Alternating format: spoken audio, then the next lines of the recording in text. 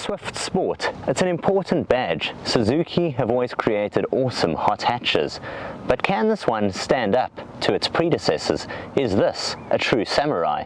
That's what I'm here to find out.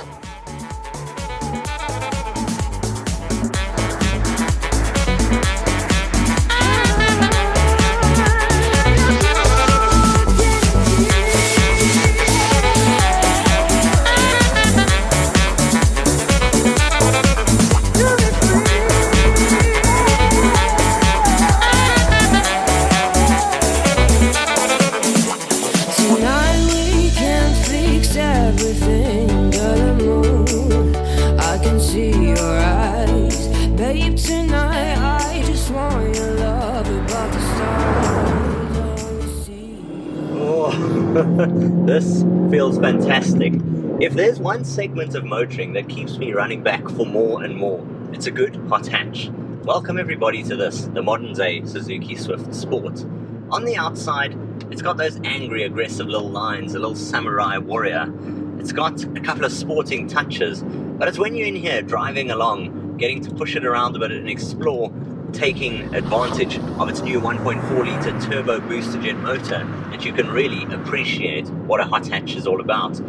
You see, in the old days you got the likes of the first generation Golf GTI, true hot hatches, a little puppy yapping at your heels. That's what they've brought you, and I really have been loving driving it. Instead of the old 1.6 litre motor, now Suzuki offers this car with a 1.4 litre turbo booster jet.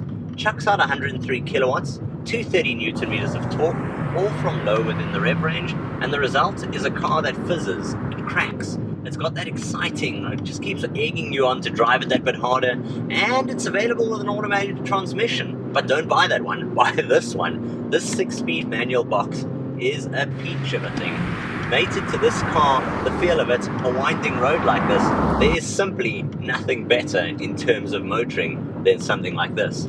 It's compact, it's small, it eggs you on to drive it like this, and with its sporty bucket seats, the enhanced interior we're now getting, with the neat instrumentation cluster up ahead that glows in red, the steering wheel mounted controls, the lovely aluminium pedals below, as well as the center stack, which has got now Apple's CarPlay and Android Auto thanks to the 7-inch display with all your multimedia sources delivered, and these nifty swivel dials here, the 3 central dials. This car really has been upped in terms of its overall game, but I must say, when it comes to cars and when it comes to driving, there are few things that match up to a good hot hatch, and in the modern day world, it's rather not much of that out there. Gone are the old wild days, now brought with more safety and costing luxuries. But what it feels like Suzuki's done here is they've given some of the tech, some of the safety, some of the elements to this new one, which up it from its predecessor and that of previous generations. But in doing so, they've retained what a hot hatch needs to be.